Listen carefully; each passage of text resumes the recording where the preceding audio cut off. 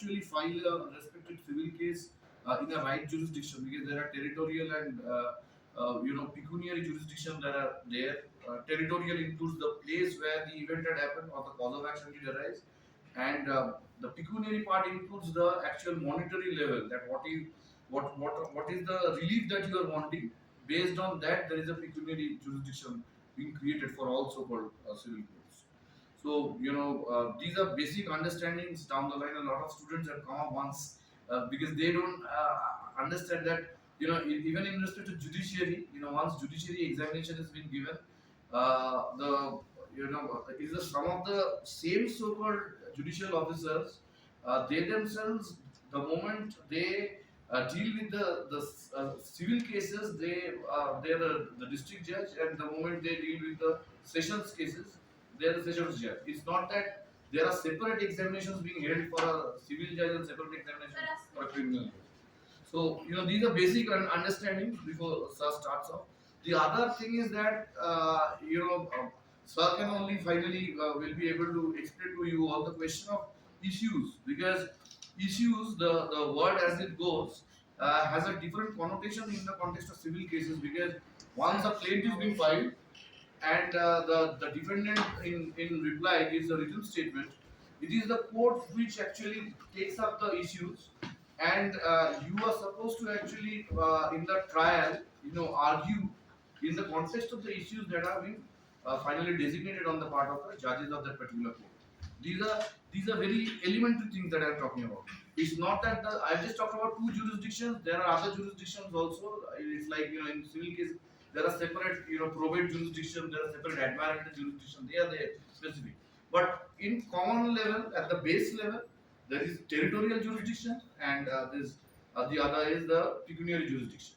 And if jurisdiction goes wrong, there are two ways to look into it. One is that, your plate can be either returned or your plate can be ultimately rejected.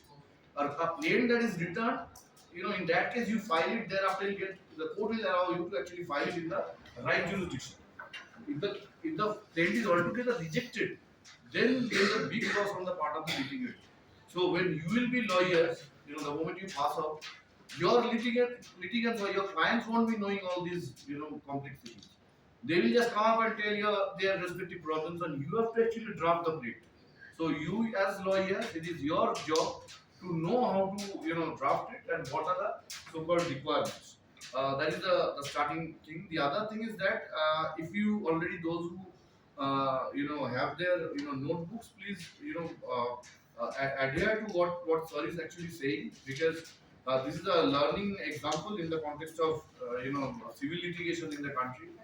And if you know that, it will be helpful in respect of every so-called civil litigation at the at the base level, and the different procedures that are there enshrined under the civil procedure code.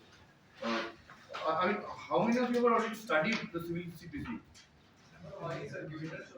I can just CRPC of the started off. Doesn't matter. Right, and sir is actually going to take the most crucial, three orders over there. That's another thing that is to be said, because it is only there in the civil procedure code, that in the drafted code over there, that there are sections, there are orders, there are rules, as opposed to maybe the CRPC that you are studying. In CRPC, all are basically sections. Now CRPC had been converted into the BNSS, Bharatiya Nagarik Suraksha Sanhita. But CPC remains the same. CPC has been amended a number of times, but it's the same civil procedure code, which is the law of the land in respect of every procedure to be carried out in civil courts. Right. So that is the basic introduction.